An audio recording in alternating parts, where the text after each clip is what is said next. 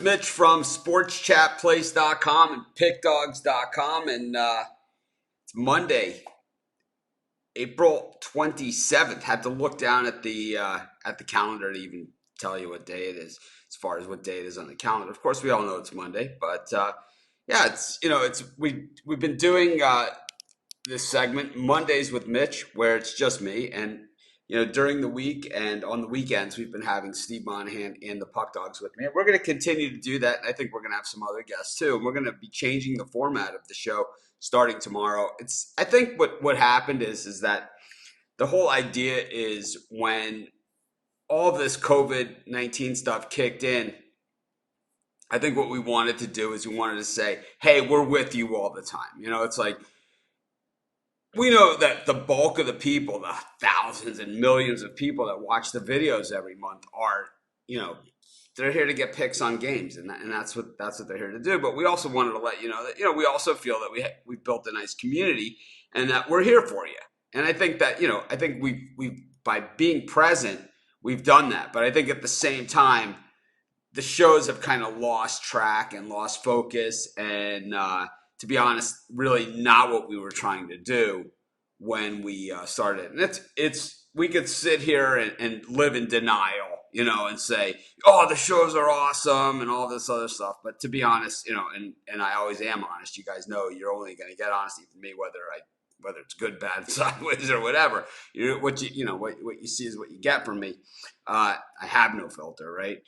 It's that these shows that we've been doing, they're not good. It's like they just haven't been good. We've had some good moments and we've had a lot of fun, but they haven't been good. And it's really not what we're trying to do. So what we're going to do is starting tomorrow, we're going to change the format of the show. And I think the shows are going to be a lot better. I think by changing the format for these shows, I think they're going to stay more focused. And I think the guys are going to be more focused on the show. And the shows, they'll be shorter. They'll be, more, like I said, more dialed in. And that's really what we want to do, is dial in, because it's like that's what we really want to do. But I think that these Mondays with Mitch, what we have been doing with most of them is answering a lot of questions, which is awesome, right? Because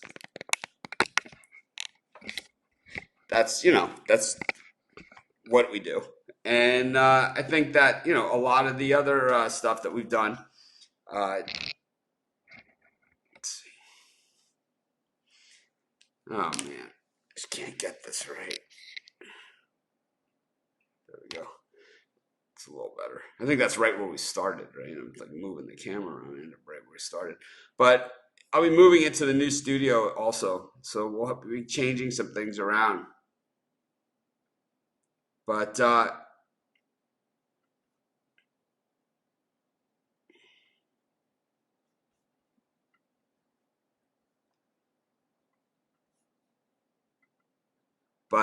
I think you guys are gonna like it. It's gonna be for the better. But I title these Mondays with Mitch. I try and talk about keep them on a general topic of sports betting. But everything is pretty much wide open except for religion and politics.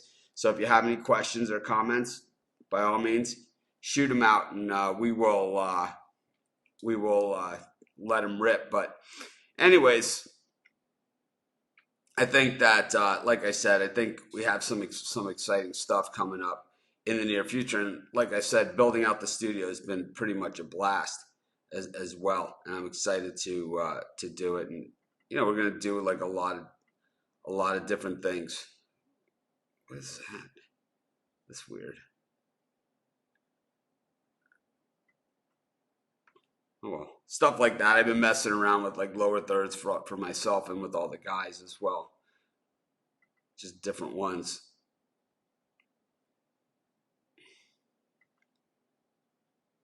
Yep, we have. I've been wearing this combo for a while on the show, but yeah, we all love betting and we all love making money betting. And I think one of the things I was going to talk about, and I've been talking about a lot, is how you make money in sports betting.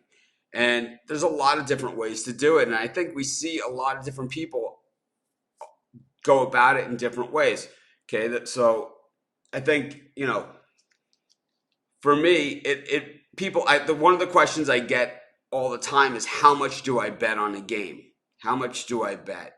And then you ever go and you ask these questions, and you ever go and ask these questions somewhere? You see people asking these questions, and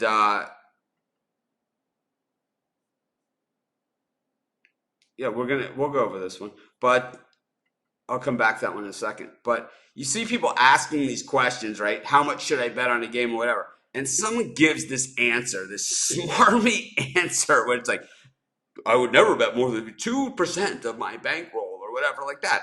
And that really is just a dumb answer, right? They try and act like they're so much smarter than we are, but it's really a stupid answer, right? Because there is no correct answer, because the answer is different for every person. It's like, say I make, $1,000 a week, right? And I take $100 of that every week and I put it towards my betting fund, right? So it's like, I know it's like, that's my $100, and it's like, I'm gonna spend on betting for the week. Hopefully I turn it into $1 million, right? But if I lose it, all I've lost is $100. And it's like, so if you're only betting 2% of your bankroll or whatever, it's not, what bankroll is that? If it's your $100 for the week of betting money, that's $2 a bet. You're never going to get home on that. I'll tell you that much. If it's, for me, I've said it before. I don't believe in entertainment value in betting. The entertainment value and making it last and all of those things. I'd rather bet big and win or lose. And depending on the game, I'm going to go big or I'm going to go smaller. And, I do the same things that everybody else does. It's like where I have my games, and then all of a sudden there's a lull in the action. It's like I have a full Saturday of games, basketball, football, baseball, whatever the case may be. There's a lull in the action, of the games that I'm betting. And there happens to be a few games on. I'll put a couple bucks on one. I do the same thing as everybody else does. I do the same thing. And it's like everybody does. And it's like, I don't sit there and say, well, this is 2% of my bankroll or whatever like this. I say, normally I'm betting, this much a game. I'll put a little something on it. And then as I watch the game, I might in-game it and end up being, my biggest bet of the day. Who the hell knows? But I certainly don't plan it that way. I plan that these are my big games, and these are the ones that I bet, and these are the ones I'm going to go big.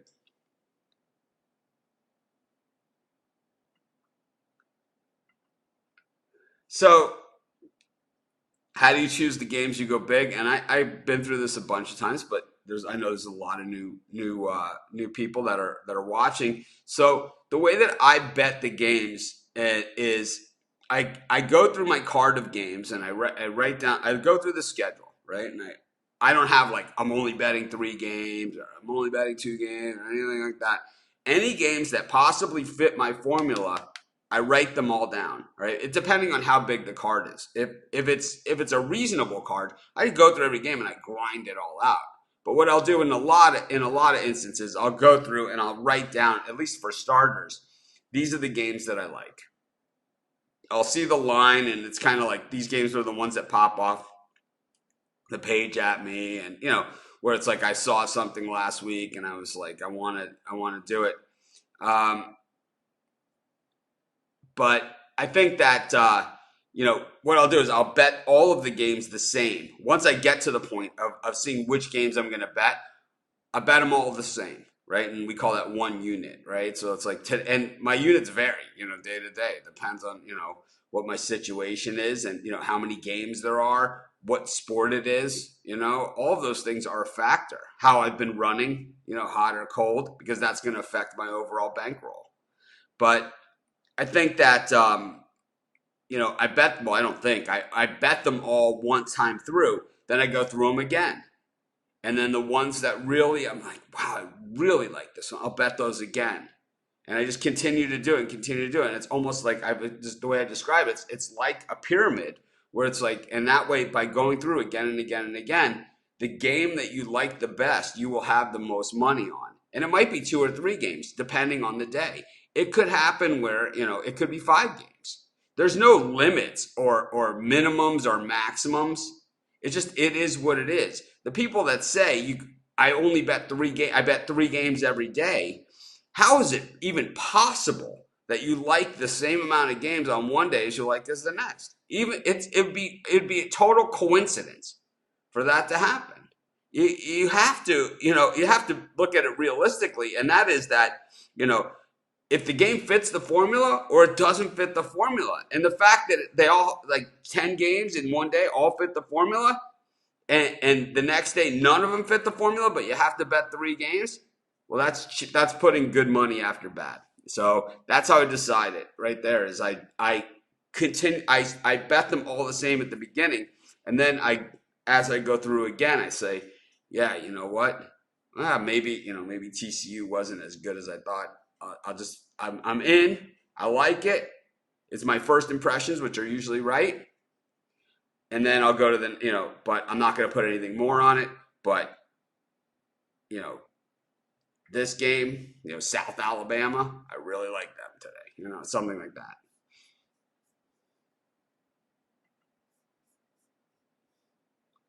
So let's see what we got. Morning. Hopefully soon, right? I mean, I would take it today. If they started today, I'd be pretty excited. But I don't know. I think the Eagles have some serious problems, and I think they know they have some serious problems. Everyone has fast wide receivers, and I think that the Eagles wide receivers that they picked up were not the guys that they even wanted. So, I don't know. We'll have to see. What does the Eagles depth chart look like right now?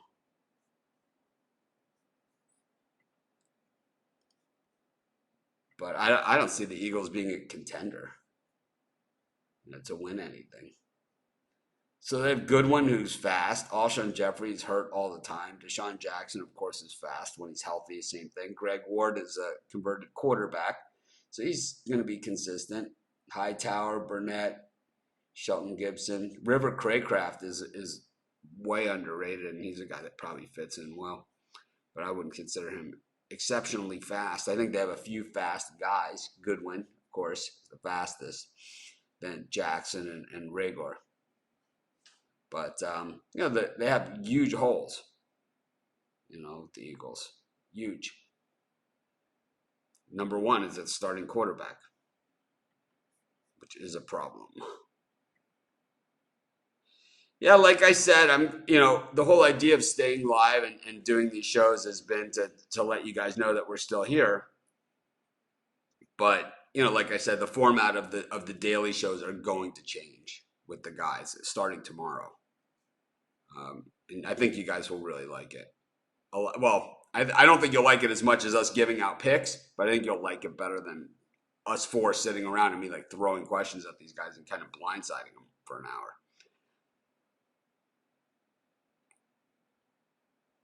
I don't know.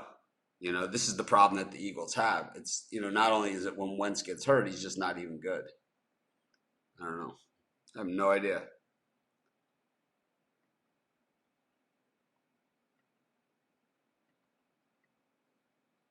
Morning. Who's the best coming out of the NFC East? I don't know. This is a bad division. So it's going to be a lot like last year. I mean, when we saw the NFC East last year, it was the worst division. It came down to the last week of the season to see who would back into the playoffs. And then they got into the playoffs, and of course it was all Seattle at Philly, right? So, I don't think the NFC East is relevant in the big picture. I don't see how the Cowboys do it. They had a horrible draft. Horrible, and they weren't very good last year. They couldn't win a game on the road. How all of a sudden do you go from losing to the Jets, barely, needing a comeback victory against the Dolphins when you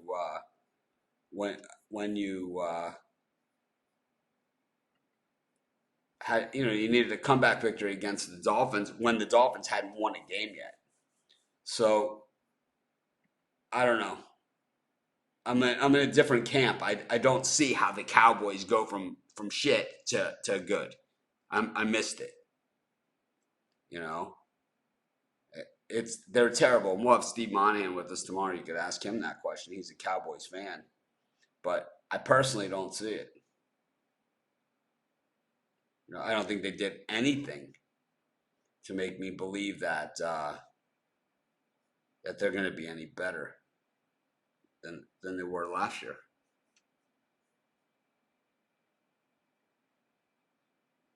I think that the wide receivers on the Cowboys seriously overrated. They were 8-8 last year. This year, that's what they are. They're an 8-8 team, and I'll tell you, they didn't even look that good.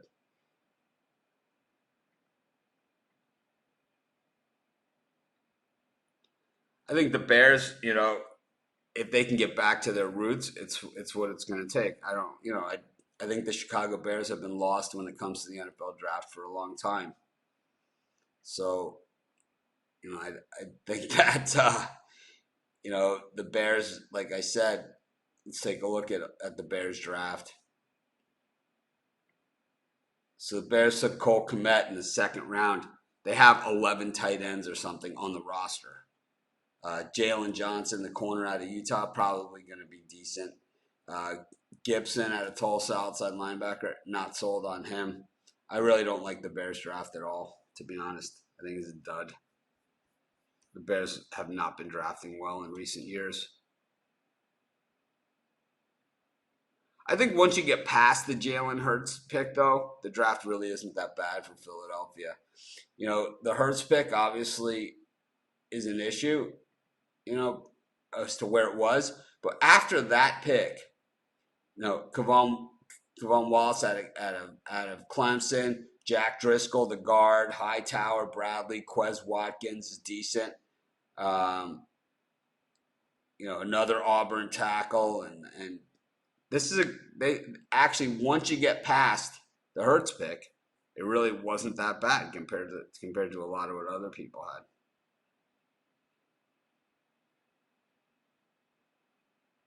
I don't see it.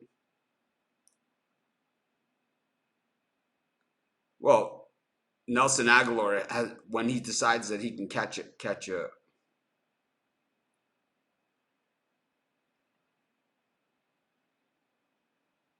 Yep, exactly. CeeDee Lamb, another wideout to sit on the thing. It's like, so drafting CeeDee Lamb makes Gallup and Amari Cooper, a top flight wide receiver core. I'm missing something here because both those guys stink. I mean, I would say that they're not the worst in the NFL, but I would say Amari Cooper is the most overpaid. He's paid double what he should be paying. I think this is where you come into that, incentive pay. I mean, Amari Cooper is paid like he's a great wide receiver, but he shows up for like one game a year, too.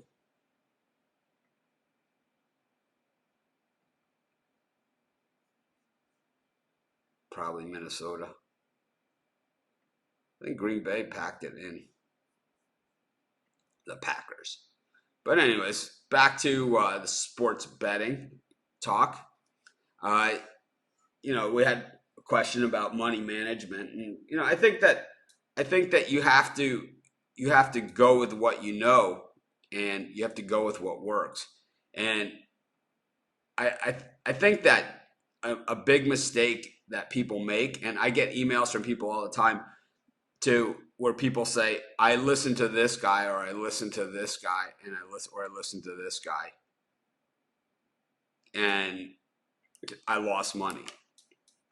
Number one, if the person doesn't show their face and talk, then they're not a real person, more than likely. So why would you give them your money? It doesn't even make sense. I see people, they send money to people on Twitter. It's like they're sending money to a picture of a clown and wondering why they're not winning, wondering why they got scammed. It's like, I mean, are these the same people who are still getting letters saying we've been left, $20 million by a Nigerian general? I mean, I don't know. But it's like, you certainly don't see me sending my money to people that aren't real people. And at the new Sports Chat and Pick Dogs multi-capper site, you won't be seeing anybody like that on our sites either.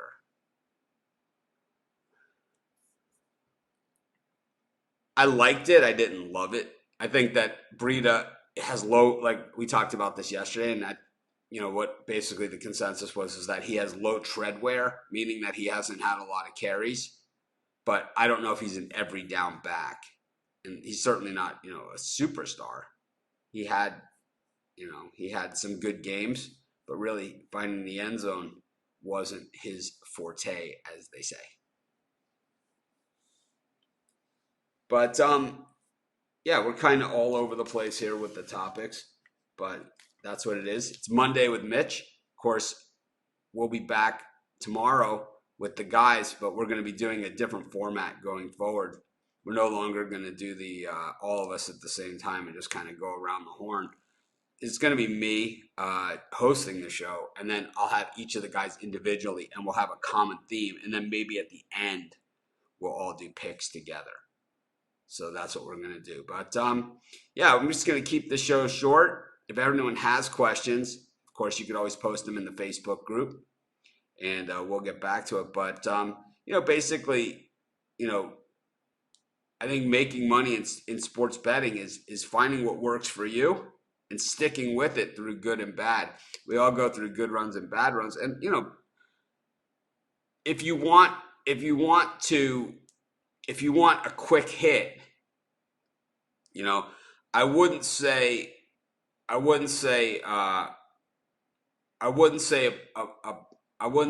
parlay betting is the way to do it. I think that you're better off putting money into a slot machine, because at least there you're going to get a gigantic payout. In a slot machine, $3 could pay millions, at least hundreds of thousands. With a parlay, it's like if you bet enough of them, eventually you'll hit. But I think, we talk round robin parlays. We give out picks on the show, all the time. And of course, the whole site and our whole business is based on giving out picks. And I'll talk about the business of picks next week on Monday with Mitch. But anyways, have a great day, everyone. I think I'm going to just keep it short. Let's see what Browns. Let's see. Browns' first two picks, Jedrick Wills. Delpit. I think they're okay. The draft is far from an exact science.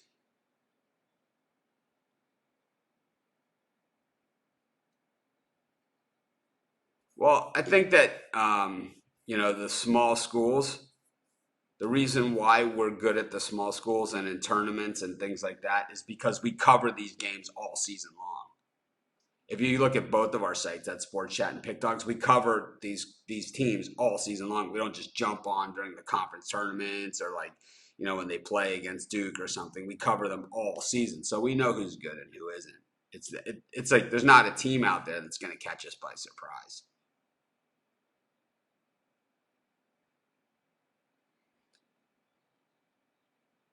Yeah, I like I said, I think that the show has lost some of the quality in recent weeks, and it's because there's nothing to pick.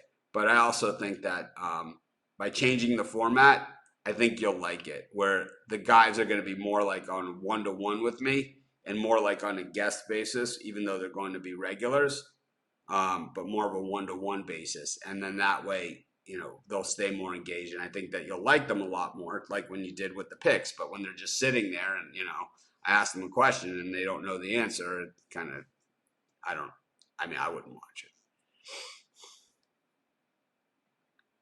Always. I think always. I think if you're looking for longevity and to do it as a living, and to do it to make money for a living, it's the only way to go is single bets. And I don't believe in teasers or any of those things. Have a great day as well. I haven't eaten breakfast. It's 5:30 a.m. here.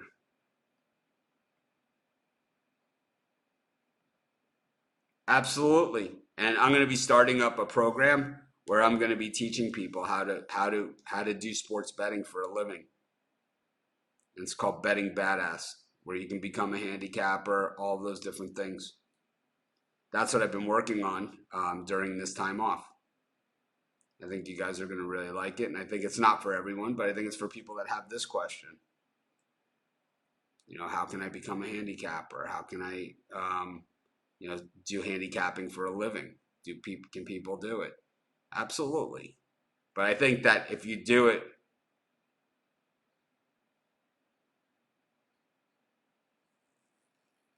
I think if you do it, there's a right way and a wrong way. And I think that the lazy way is the lazy way is the wrong way. And that's like opening a Twitter account, having no accountability. You know, if you're going to be a handicapper and bet your own money and be a professional sports bettor, well, then you can do whatever the hell you want. But if you're going to be a handicapper and advise other people on how to, you know, on what you're picking, or at least letting them know, even if it's free or paid, have some accountability, have some balls, show your face, you know, talk. It's like, you know, don't be a cartoon clown.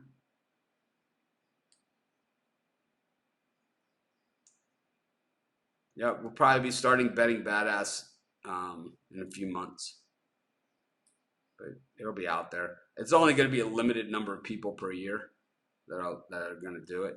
So I'll let everybody know. Certainly not. It's not going to be free like the rest of our content. It's for people that are serious about it. I'm not going to waste my time with people that aren't. And you know, and that's okay. You know, if you aren't, you aren't. It's fine. I don't know what that means, man. I've been doing so. I've been doing it on the air and you know, having websites and stuff for 13 years. My first site was College Football Place, and that became. I also had College Basketball Place. Those became Sports Chat Place. Pick Dogs I just started in the fall, in October of last year. So Pick Dogs is relatively new. Sports Chat Place has been around for a long time now, 13 years.